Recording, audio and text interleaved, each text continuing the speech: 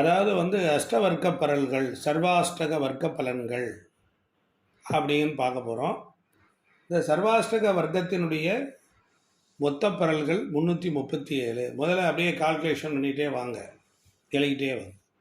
இந்த 337 பரல்கள் இதை 12ஆல் வகுத்தால் ஒரு ராசிக்கு சராசரியாக 28 பரல்கள் வரும்.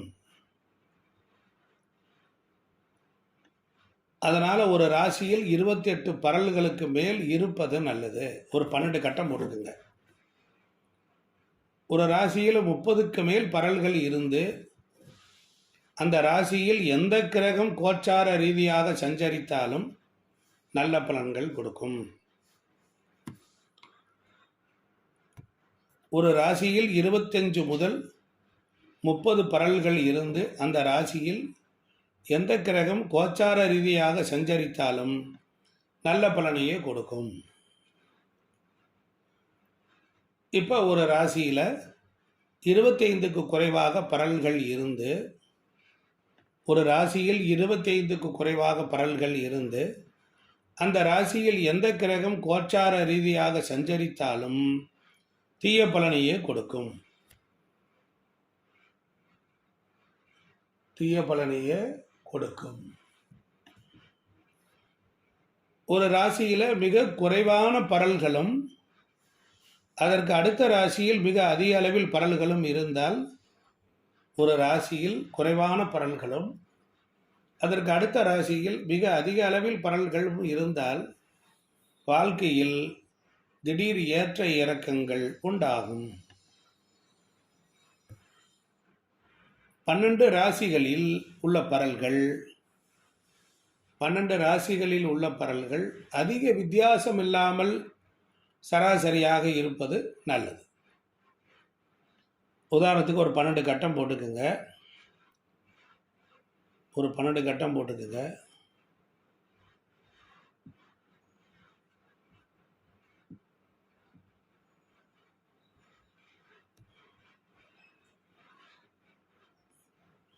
கட்டம் போட்டுட்டீங்களா? போட்டாச்சு. இப்போ உதாரணத்திற்கு நான் ஏற்கனவே வகுப்படுத்ததான், ஒரு ராசியில் மிக குறைவான பரல்களும் அதற்கு அடுத்த ராசியில் மிக அதிக அளவில் பரல்களும் இருந்தால் வாழ்க்கையில் ஏற்ற இறக்கங்கள் இருக்கும். வாழ்க்கையில் ஏற்ற இறக்கங்கள் இருக்கும். இதை நீங்கள் புரிஞ்சுக்கணும். அஷ்டவர்க்க பரலில் ஒரு ராசியில் மிக குறைவான பரல்களும் அதற்கு அடுத்த ராசியில் மிக அதிக அளவில் பரல்களும் இருந்தால் வாழ்க்கையில் திடீர் ஏற்ற இறக்கங்கள் உண்டாகும். அப்போ 12 ராசிகளில் உள்ள பரல்கள் அதிக வித்தியாசம் இல்லாமல் சராசரியாக இருப்பது நல்லது. அந்த மாதிரி இருக்கிறனால வாழ்க்கையில் பெரிய அளவில் ஏற்ற இறக்கங்கள் இல்லாமல் வாழ்க்கை சீராக நகர்ந்து செல்லும். உண்மைதானே பிரியா?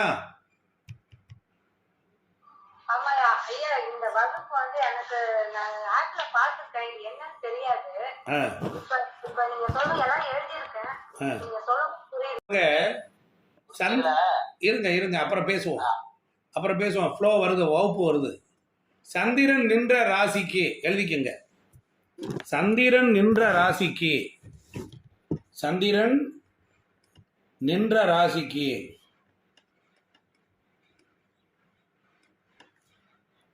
ராசிக்கு 12, 1, 2 இந்த இடங்களில் ஏதாவது ஒரு இடத்தில் 30க்கு மேல் பரல்கள் இருந்தால்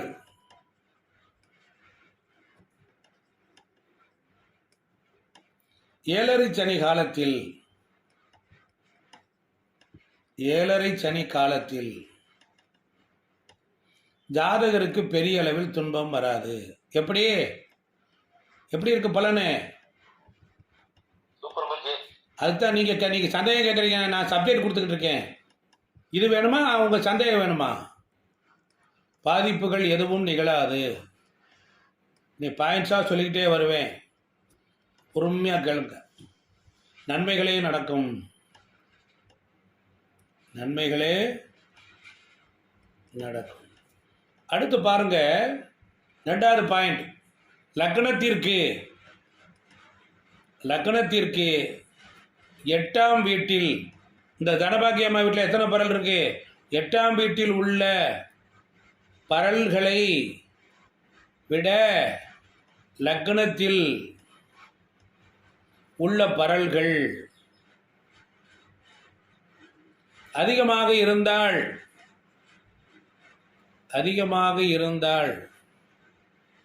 தீர்க்க ஆயுள் எப்படி இருக்கு? இந்த அம்மாவுக்கு சொல்லுங்க.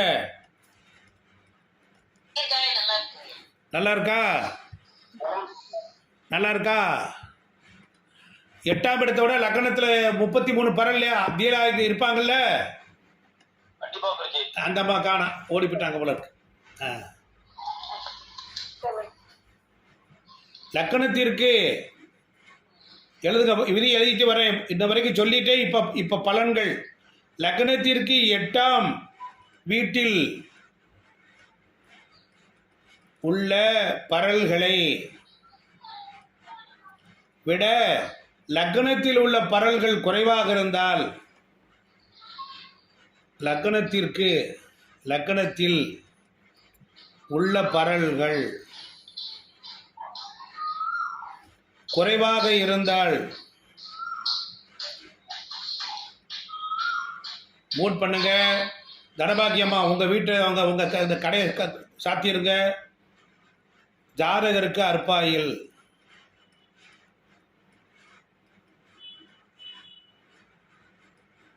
ஜாதகருக்கு அற்பாயில். புரியுதா? அடுத்த 4வது விதி. லக்னத்திற்கு 1, 4, 7, 10, 5, 9ஆம் இடங்களில் உள்ள பரல்களை ஒன்றாக கூட்டவும்.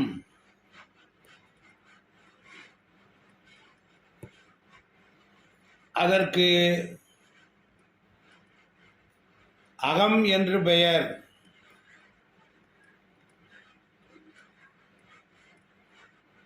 புரியுதுங்களா? லக்னத்திற்கு 1, 4, 7, 10, 5, 9ஆம் இடங்களில் உள்ள பரல்களை ஒன்றாக கூட்டவும். அதற்கு அகம் என்று பெயர். அடுத்து லக்னத்திற்கு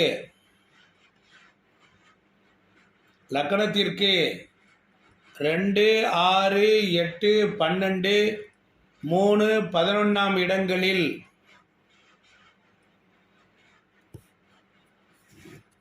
உள்ள பரல்களை ஒன்றாக கூட்டவும். இதற்கு புறம் என்று பெயர்.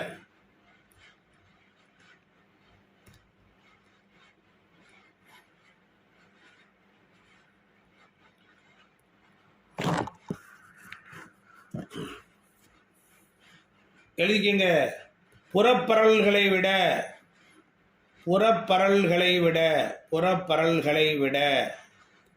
அகப்பரல்கள், புறப்பரல்களை விட அகப்பரல்கள் அதிகமாக இருந்தால்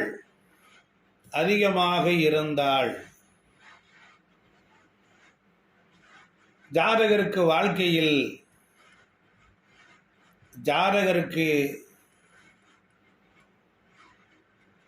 வாழ்க்கையில் எல்லா விதத்திலும்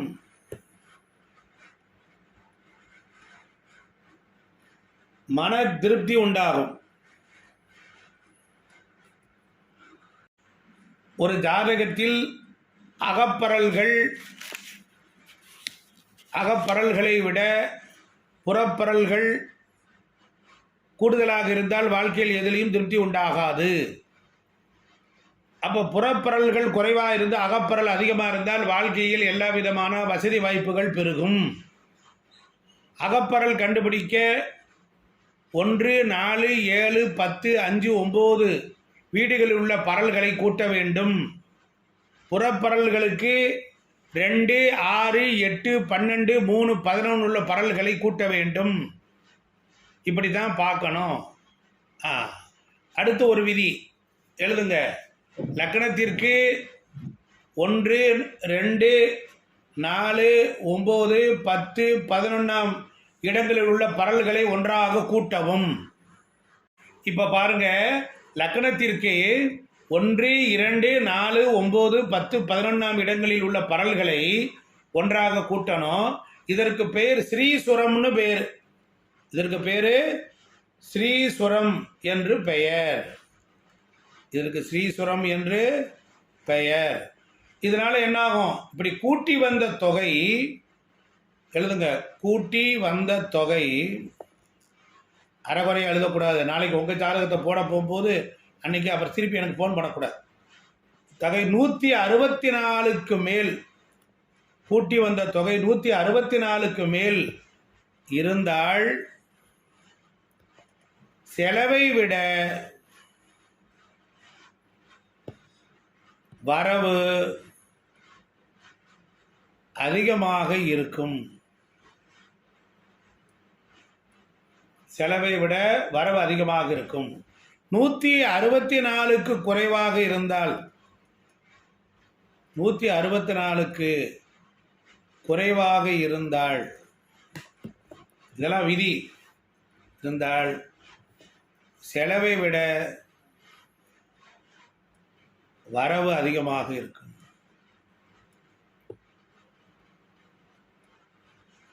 இப்ப இங்க என்ன வந்திருக்கு?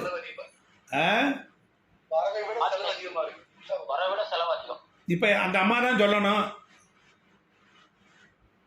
தனபாக்கியம்மா கரெக்டா? சரி, அடுத்து ஒரு விதி எழுதுங்க. லக்னத்திற்கு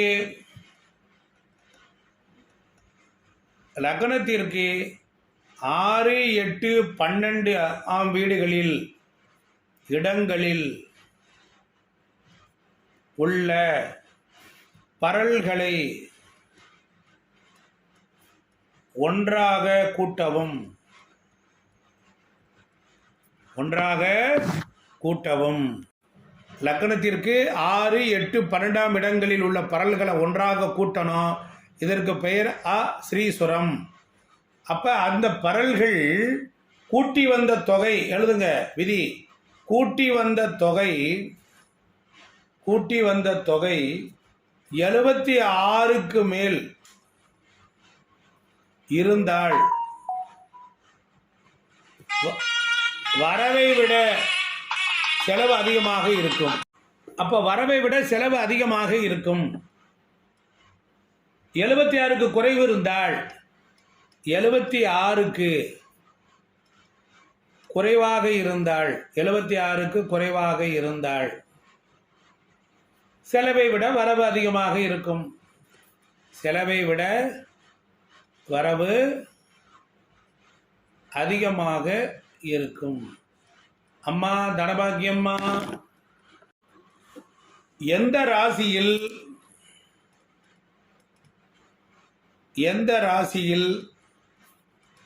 அதிகபட்ச பரல்கள் உள்ளதோ அந்த ராசியை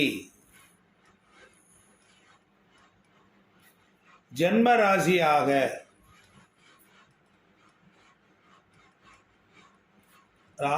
ராசியாகவோ அல்லது ஜென்ம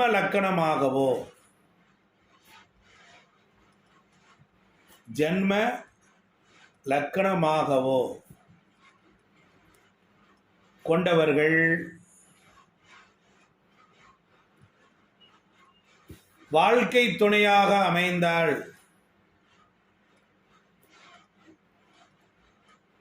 வாழ்க்கை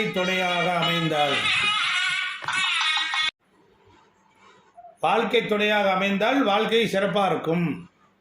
எந்த ராசியில் அதிகபட்ச பரல்கள் வாழ்க்கை துணையாக அமைந்தால் அது லக்கணமாகவோ ராசியாகவோ அமைந்தால் வாழ்க்கை சிறப்பாக இருக்கும் அப்படிங்கிறது ஒரு லாஜிக், ஒரு கணக்கு.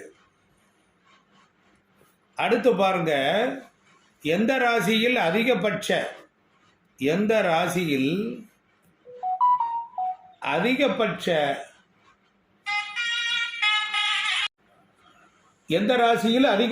பரல்கள் உள்ளதோ, எந்த ராசியில் அதிகபட்ச பரல்கள், புரியுதா? எந்த ராசி அதிகபட்ச பரல்கள் உள்ளதோ அந்த ராசியை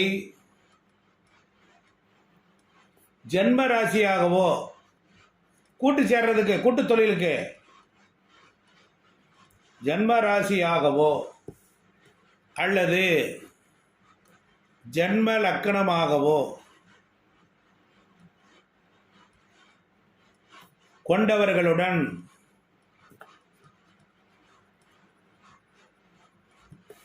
கூட்டு சேர்வது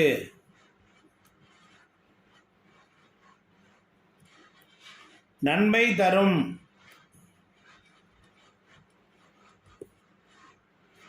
அந்த ராசியை ஜென்மராசியாகவோ ஜென்ம லக்கணம் உண்டோ கூட்டு சேர். குறைந்தபட்ச பரல்கள் உள்ளவர்களிடத்தில் கூட்டு சேரக்கூடாது. குறைந்தபட்ச பரல்கள் உள்ளவர்களுடன்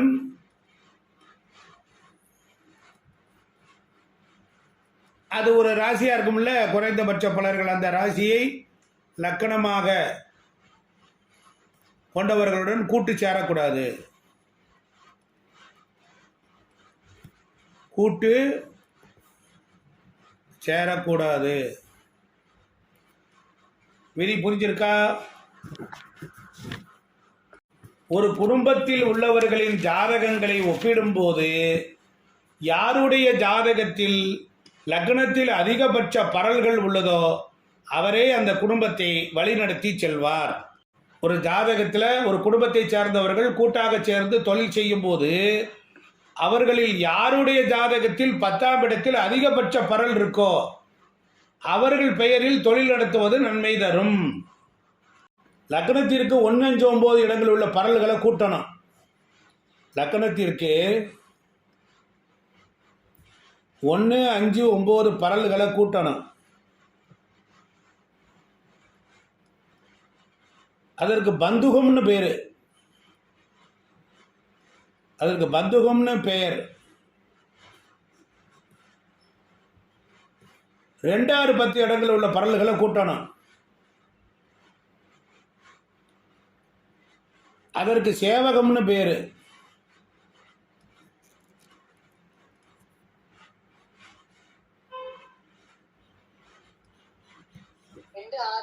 10 இடங்களில் உள்ள பரல்களை ஒன்றாக கூட்டணும். அதற்கு சேவகம்னு பேரு. லக்னத்திற்கு 3, 7, 11 உள்ள இடங்களில் பரல்களை கூட்டணும். இதற்கு போஷகம்னு பேரு. போஷகம்னு பேர். அடுத்து லக்னத்திற்கு 1, 4, 8, 12 இந்த பரல்களை கூட்டணும். இதற்கு காதகம்னு பேர். காதகம், காக்காய்க்கு வர்ற காதகம் என்று பெயர்.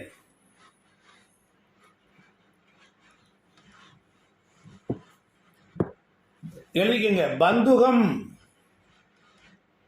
பந்துகம் என்பது உறவை குறிக்கும். உறவை குறிக்கும். சேவகம் என்பது சேவை. சேவகம் என்பது சேவை அல்லது தொழிலை குறிக்கும். தொழில் நிலையை குறிக்கும். நல்லா எழுதும் போது தெளிவாக எழுதிக்கணும். போஷகம் என்பது போஷகம் என்பது பிறரை ஆதரிப்பதை குறிக்கும். பிறரை ஆதரிப்பதை குறிக்கும். காதகம் என்பது பீடைன்னு அர்த்தம். காதகம் என்பது பீடை பிடிச்ச பயிற்சம். பீடை என்று பொருள்படும். 1 4 8 12 7 வராது. எழுதிக்கங்க. காதக பரல்களை விட போசக பரல்கள் குறைவாக இருந்தால் தரித்திரம் உண்டாகும். போதக பரல்கள் குறைவாக இருந்தால் தரித்திரம் உண்டாகும்.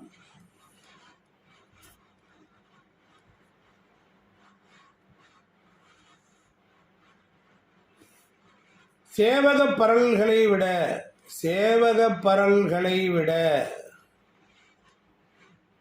பந்துக பரல்கள் அதிகமாக இருந்தால்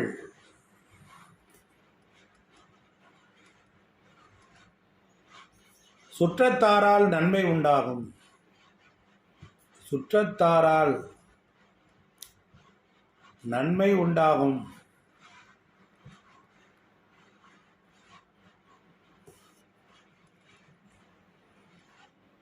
சேவக பரல்களை விட பந்துக பரல்கள் குறைவாக இருந்தால் அரசாங்க வேலை கிடைக்கும். சேவக பரல்களை விட பந்துக பரல்கள்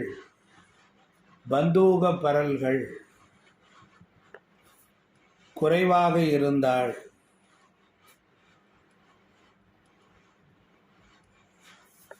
அரசாங்க வேலை கிடைக்கும். எப்படி ஒரு ஷார்ட்ஸ் கொடுத்துருக்கேன் பார்த்தீங்களா?